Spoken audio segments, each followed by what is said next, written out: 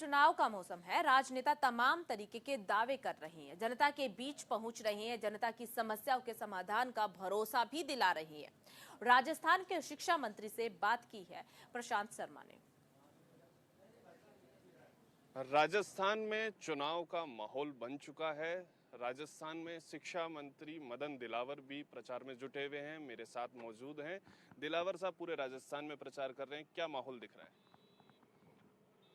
राजस्थान का युवा और आम जन यानी इस बात के लिए आतुर है कब हमको मतदान करने की तारीख आएगी और कब हम भारतीय जनता पार्टी को कमल के फूल वाले बटन को दबाएं और भारतीय जनता पार्टी को जिताएं, इस बात के लिए आतुर है। दिलावर साहब, क्या मुख्य मुद्दे आपको लगते हैं राजस्थान में जो इस चुनाव में रहेंगे लोकसभा में, जिनको लेकर आप लोगों के बीच में अपील कर रहे हैं? भारतीय जनता पार्टी के काम पूरे देश का बच्चा बच्चा जानता है, उनको दोहराने की जरूरत नहीं है। वो जानते हैं कि भगवान राम का मंदिर किसने बनवाया है और किसने इतने सालों तक रोक के रखा था, और भगवान राम के बारे में ये कहा कि इनका अस्तित्व नहीं है, यानी ये कह करके पूरे देश का अपमान किया है, हमारे ग्रंथों का अपमान किया, हमारे मठ मंदिरों का अपमान किया, हमारे पूर्वज जो राम राम करते सुरक्षा उनका अपमान किया, ये सब जानते हैं। राम भक्तों की हत्या किसने करवाई ये भी जानते हैं। 1967 में गौमाता की हत्या की पाबंदी के लिए हमारे संत गए थे दिल्ली में, किस 400 संतों की किसने हत्या की ये भी देश का आमजन जानता है। इसलिए हमारे यहाँ राम भक्तों के हत्यारों को और संतों के हत्यारों को वोट देने का चलन है ही नहीं। अपमान की बात कर रहे हैं तो आपने एक आरोप लगाया कि बाबा भीमराव अंबेडकर का भी अपमान हुआ, वो क्या मामला है?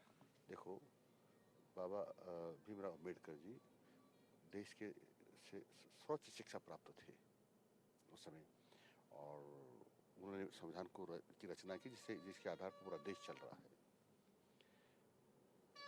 वो भी लोकसभा में जाना चाहते थे उनकी छाती चुन करके। कांग्रेस ने बात की तो उन्होंने मना कर दिया। फिर सारी राजनीतिक पार्टियों को पता चला, उस समय की राजनीतिक सामूहिक को कांग्रेस को बुलाया, सबने तय किया कि ये विद्वान आदमी, इनका लोकसभा में जाना जरूरी है। तो फिर तय होने के बावजूद भी शाम को कांग्रेस कार्यालय जाकर दूसरे कैंडिडेट की घोषणा कर दी।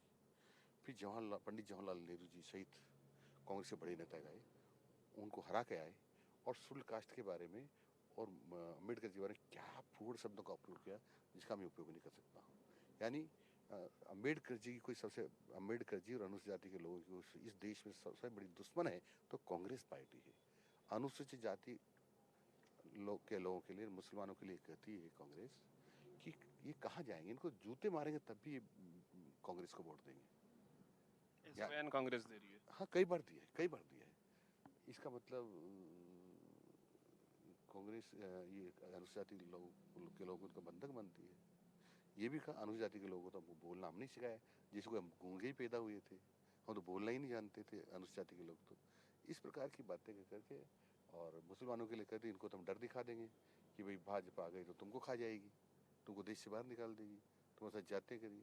ये डर दिखा करके कोशिश करती थी कि ये सारे वोट तुमको मिल जाएंगे, भारत पार्टी कैसे जीतेगी। लेकिन अब ये लोग समझ गए कि कांग्रेस निकम्मी है, नाकारा है, मक्कार पार्टी, इस प्रकार की बातें करते, इसलिए इनकी बातों में नहीं आना चाहती जनता। अच्छा मंत्री जी, मुसलमानों की बात करें तो यहाँ मेवात है, राजस्थान के मेवात को लेकर चर्चाएं हुई, गोकशी हो, मंदिर तोड़ने का मामला हो, तो अब आप भाजपा की सरकार आ चुकी, क्या कदम उठाने जा रहे हैं? देश में कहीं भी मंदिर तोड़े जाएं, गोमाता की हत्या करें, उन सबके खिलाफ सरकार सख्त कार्रवाई करेगी। अच्छा मंत्री जी, आप शिक्षा मंत्रालय संभालते हैं, आपसे पहले पिछली सरकार में एक शिक्षा मंत्री थे गोविंद सिंह डोटासरा, आपका एक बयान आता है कि वो जेल जाएंगे, अशोक गहलोत जो पहले सीएम थे वो जेल जाएंगे, क्या मामला है वो? देखो, आप देख रहे हैं कि कितने लोग गिरफ्तार हो रहे हैं। इनके तो एक राज्य मंत्री का दर्जा प्राप्त व्यक्ति भी गिरफ्तार हुआ था, वो इनका नेता भी था। ऐसे कांग्रेस के कई पदाधिकारी भी गिरफ्तार हो रहे हैं और उनकी बच्चे भी गिरफ्तार हुए जिन्होंने इनको पेपर बेचा।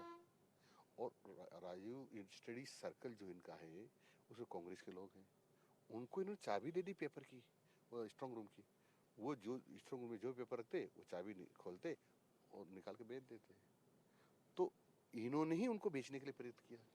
तो धीरे धीरे ईडी की जांच उस ओर बढ़ रही है और ईडी की जांच जो जो बढ़ेगी त्यों त्यों ये डोडासरा जी और गहलोत साहब शिकंजे में आते जाएंगे और एक दिन मेरा मानना है कि इनको ये जरूर ईडी के गिरफ्त में आएंगे, जेल जाएंगे और वहां जाकर के तिहाड़ जेल में ये केजरीवाल जी से मिलेंगे, वहीं योजना बनाएंगे,